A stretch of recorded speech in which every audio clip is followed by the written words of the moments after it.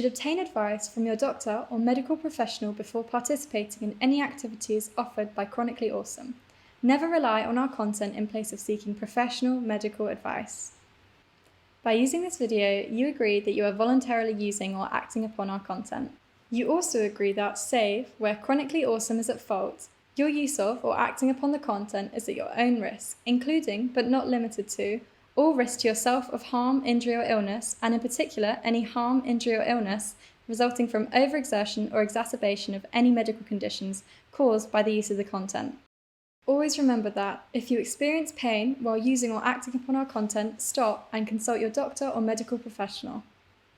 Always warm up before a class and warm down after.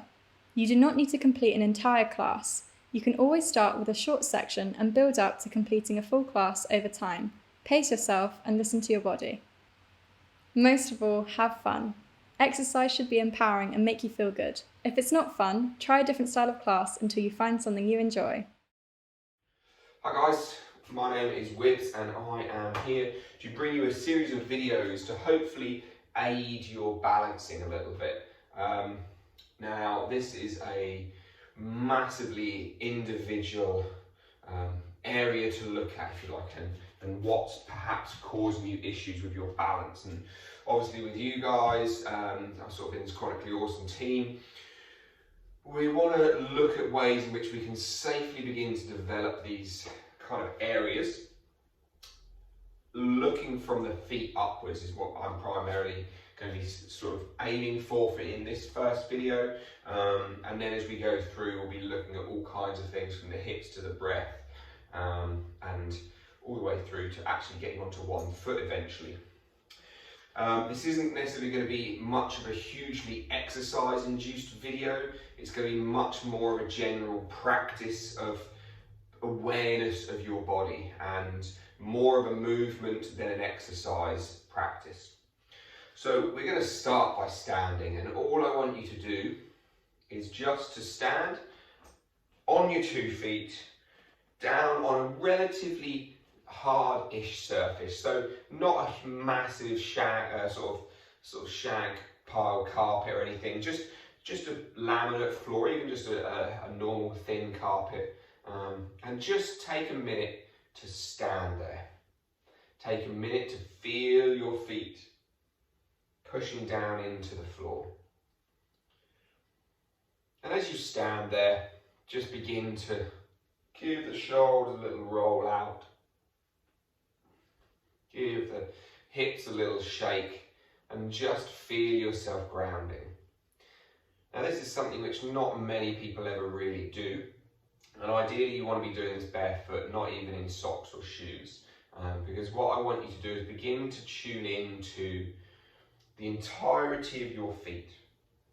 Now ideally, if you can also do this in front of a mirror, that would be amazing, just because it allows you to see your body.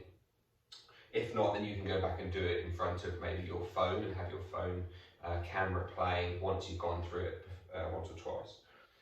So as you stand here, perhaps just for a moment close your eyes and just tune in to your left foot. Now where do you feel weight in your left foot? Where do you feel the pressure? Is it in your big toe? Is it in the knuckle behind your big toe? Is it in the little toe in the outside of the foot, on the inside of the heel?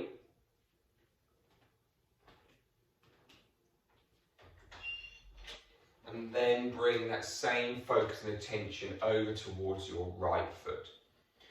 And again, just begin to become aware of how your right foot feels. Does it feel like you don't actually have any awareness of the outside of your foot? And all your awareness is just on the inside of your foot? This is really, really important as far as our balance is concerned.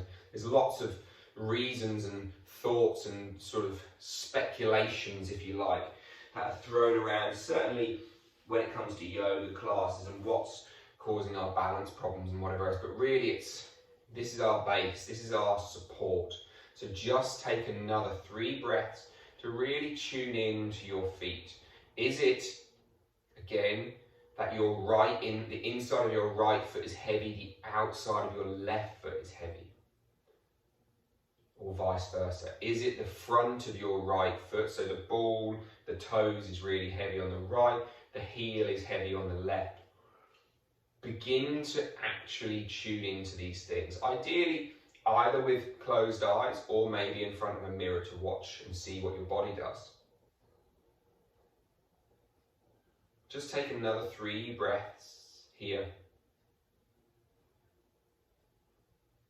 And once you've done that, once you finish your 3rd breath, which will be in just a second, then you can just go for a little walk and just shake your feet out. Just become a little bit aware of what's on the floor, what's not. And then let's just come back to stand as we were. So just take a moment to remember where your foot pressures were. So I'm going to just use the example of, because it's a little bit like me, my right big toe knuckle kind of feels like I've got a lot of weight there. The outside of my left ankle and heel feels like I've got a lot of weight there. So all I want you to do now, all I'm going to do, is just begin to see if we can move our feet pressures into the opposite side. Just see what that feels like within our body. And just give our body the different kind of side of the experience where now this right foot, which was always forefoot in sort of medial inside and rear foot outside on the left, is now different. And how does the body feel? How does the back and hips and chest feel? And then come back out again. Let yourself just rock back to how you would normally stand. Again, gently put yourself into that position where you just were. And then relax again. And so you can see there's quite a big bit of movement within me. I'm going to come just a bit closer to the camera so you can see. But if I go from my normal position, which maybe you can see my hips are slightly facing left, and I just begin to pour the weight into my forefoot and pour the weight into my rear outer foot on my right foot, and then all of a sudden now my hips are now facing exactly the same but the opposite direction. And then for me in this situation, I'm getting a bit of cramp in my foot because my foot is not used to being here. And then I relax and you can see how much I sway back. Have another little walk around and give that all a shake out. So this is already beginning to get to the crux of our problems with balancing quite often, is that our body is stuck in one place for whatever reason. Injuries, habits, workplace environment, shoes, whatever it might be.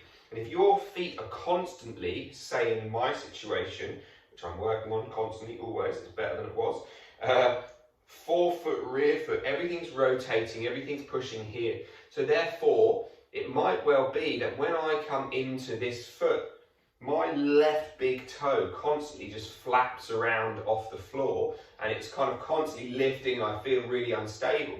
Whereas when I go right, perhaps, because my big toe is more grounded, it might just feel a bit more natural for me to sink into my right foot. I mean, that's going to be very different from everyone, but I just want you to begin to be aware of that. So give yourself a little shake out, and we're going to go from our base of support, which is what we're assessing, where our foot pressures are. And now we're going to begin to figure out where our centre of mass is and how it feels when we move it around. So again, both feet are staying flat on the floor. Just allow the hips to be pushed one way and feel how that feels. You can feel like you're going to fall over. And what happens to your body? To counterbalance it, you're going to shift your chest away from the moving hip. You come back and go the other direction. And how do your feet feel when you do this? How do your bum react? How do your thighs react? Just begin, before we ever even get to one foot, begin to just sway your hips over and around your base of support, your feet. Because when we come to balance on one foot, that's all we're doing. We're just shifting from this much of a base of support to this much of a base of support. So it's all of a sudden much smaller. So again, we just sway around.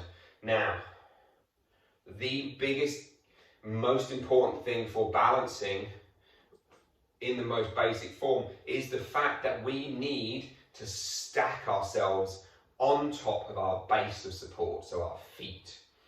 So if I do this, so now all of my weight is down in this foot's kind of getting light, and then this is falling over here, so this foot is having to hold me back. Whereas if I move my pelvis and I don't let my upper body go too far, all of a sudden there's an easier level of balance. So you can see this foot can come off the floor, but my head, my heart, my hips sit on top of my heel, and the balance is there. So it's exactly the same as being here. The biggest problem most people have when they balance is that they move too much, too fast, too quickly, and then you've kind of got this big weight swaying around of the head, of the chest.